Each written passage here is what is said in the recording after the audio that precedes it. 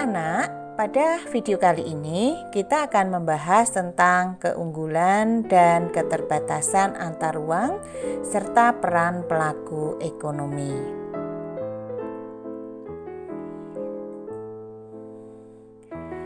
Anak-anak, kita sudah mengetahui bahwa salah satu yang menjadi alasan adanya interaksi antar ruang adalah perbedaan potensi dan sumber daya alam yang dimiliki. Tahukah kalian apa sajakah sumber daya alam yang dimiliki oleh Indonesia? Indonesia memiliki sumber daya alam seperti sumber daya laut, sumber daya hutan, sumber daya mineral, sumber daya tanah dan iklim, serta keindahan alam.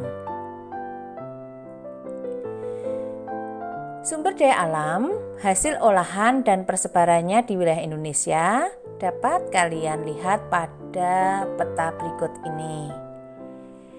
Yang pertama, di Pulau Sumatera terdapat semen, pupuk, minyak bumi, emas, perak, kertas, tekstil, timah, batu bara, granit, tenun, boksit, karet, kopi, dan sapi potong.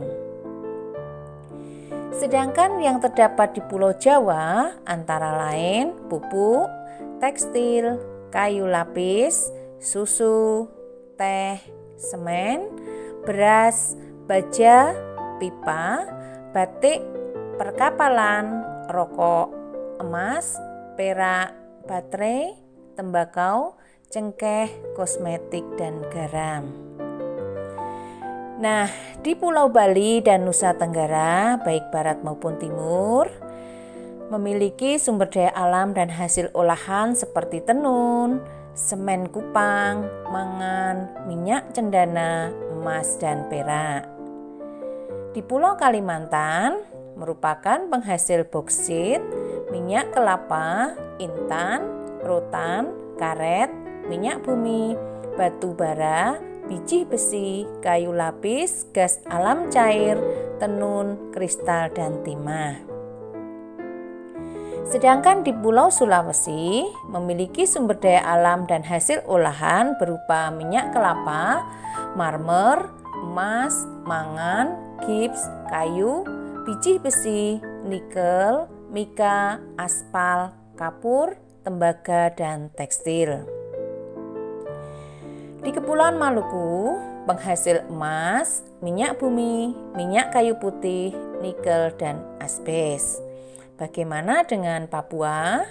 Papua merupakan penghasil minyak bumi, kayu gelondongan, kayu lapis, emas, perak, aluminium, asbes, tembaga, dan marmer.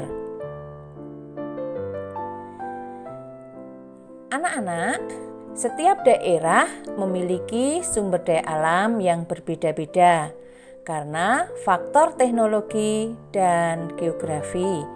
Perbedaan tersebut akan menimbulkan aktivitas perdagangan.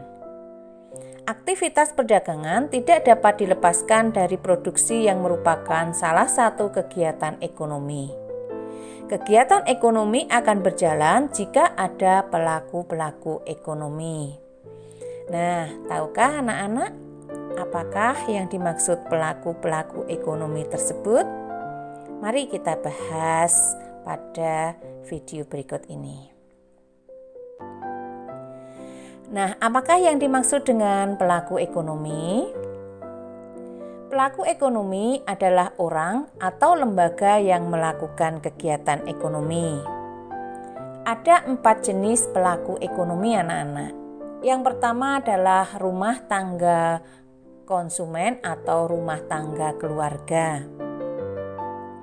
Yang kedua adalah rumah tangga produsen atau rumah tangga perusahaan. Yang ketiga, rumah tangga pemerintah. Dan yang keempat adalah rumah tangga luar negeri atau sektor luar negeri. Nah, itu adalah 4 jenis pelaku ekonomi. Bagaimana dengan rumah tangga keluarga atau konsumen? Ya, atau disingkat dengan RTK. Rumah tangga keluarga adalah kelompok masyarakat yang melakukan kegiatan konsumsi terhadap barang dan jasa untuk memenuhi kehidupan diri sendiri atau keluarga. Rumah tangga keluarga juga pemilik berbagai faktor produksi. Faktor-faktor produksi yang terdapat pada rumah tangga keluarga antara lain tenaga kerja, barang-barang modal, dan harta tetap seperti tanah dan bangunan. Penghasilan sebuah rumah tangga keluarga sebagian besar dibelanjakan untuk memenuhi segala macam kebutuhan rumah tangga atau konsumsi seperti makanan, pakaian, dan kebutuhan lainnya. Kita akan melihat yang kedua adalah rumah tangga produsen atau RTP. Rumah tangga produsen atau RTP adalah pihak yang melakukan kegiatan produksi, yaitu kegiatan untuk menghasilkan barang dan jasa guna memenuhi kepentingan orang. RTP ini merupakan kegiatan ekonomi yang dibentuk oleh pengusaha atau wirausahawan dengan tujuan untuk mencari laba. RTP ini membeli atau mempekerjakan sumber daya atau faktor produksi dari rumah tangga konsumen dan membeli bahan-bahan serta peralatan, misalnya mesin-mesin anak-anak. RTP ini menghasilkan dan menjual barang dan jasa yang dibutuhkan oleh masyarakat atau rumah tangga konsumen. Nah, dalam video di samping itu contoh rumah tangga produsen yang memproduksi alat-alat berat dengan merakit alat-alat berat. RTP harus membayar balas jasa kepada faktor produksi atau sumber daya yang dipakainya berupa sewa, bunga, dan upah atau gaji. Kita lanjutkan dengan rumah tangga pemerintah anak-anak. Rumah tangga pemerintah adalah pihak yang menghasilkan dan mengkonsumsi barang dan jasa. Ada pihak yang bertugas untuk mengatur, mengendalikan, serta mengadakan kontrol terhadap jalannya roda perekonomian. Nah, pada video di samping itu rumah tangga pemerintah yang membelanjakan untuk pembangunan. Tujuan rumah tangga pemerintah adalah untuk kesejahteraan umum atau masyarakat. Sumber penerimaan rumah tangga pemerintah antara lain dari 1. Pajak yang ditarik dari RTP maupun RTK. 2. Penerimaan bukan pajak. 3. Pinjaman atau hutang baik dari dalam negeri maupun dari luar negeri.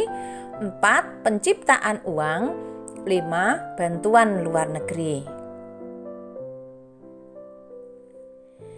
Nah, kita akan melihat yang keempat adalah rumah tangga luar negeri atau sektor luar negeri. Sektor luar negeri terdiri atas rumah tangga, perusahaan, dan pemerintah negara-negara di dunia ini. Rumah tangga luar negeri ini menciptakan terjadinya arus ekspor dan impor berupa barang dan jasa serta faktor-faktor produksi. Nah, demikian tadi anak-anak pembahasan kita tentang rumah tangga produksi, rumah tangga konsumen atau keluarga, rumah tangga pemerintah, dan rumah tangga luar negeri. Serta kita juga telah membahas tentang beberapa sumber daya alam yang ada di Indonesia. Nah, untuk lebih memahami tentang materi tersebut, silahkan jawab kuis berikut ini anak-anak. Yang pertama, mengapa wilayah-wilayah di Indonesia memiliki sumber daya alam yang berbeda-beda? Yang kedua, apakah yang dimaksud pelaku ekonomi? Yang ketiga, sebutkan 4 jenis pelaku ekonomi. Yang keempat, sebutkan sumber penerimaan rumah tangga pemerintah. Yang kelima, berilah contoh impor faktor-faktor produksi dalam rumah tangga luar negeri.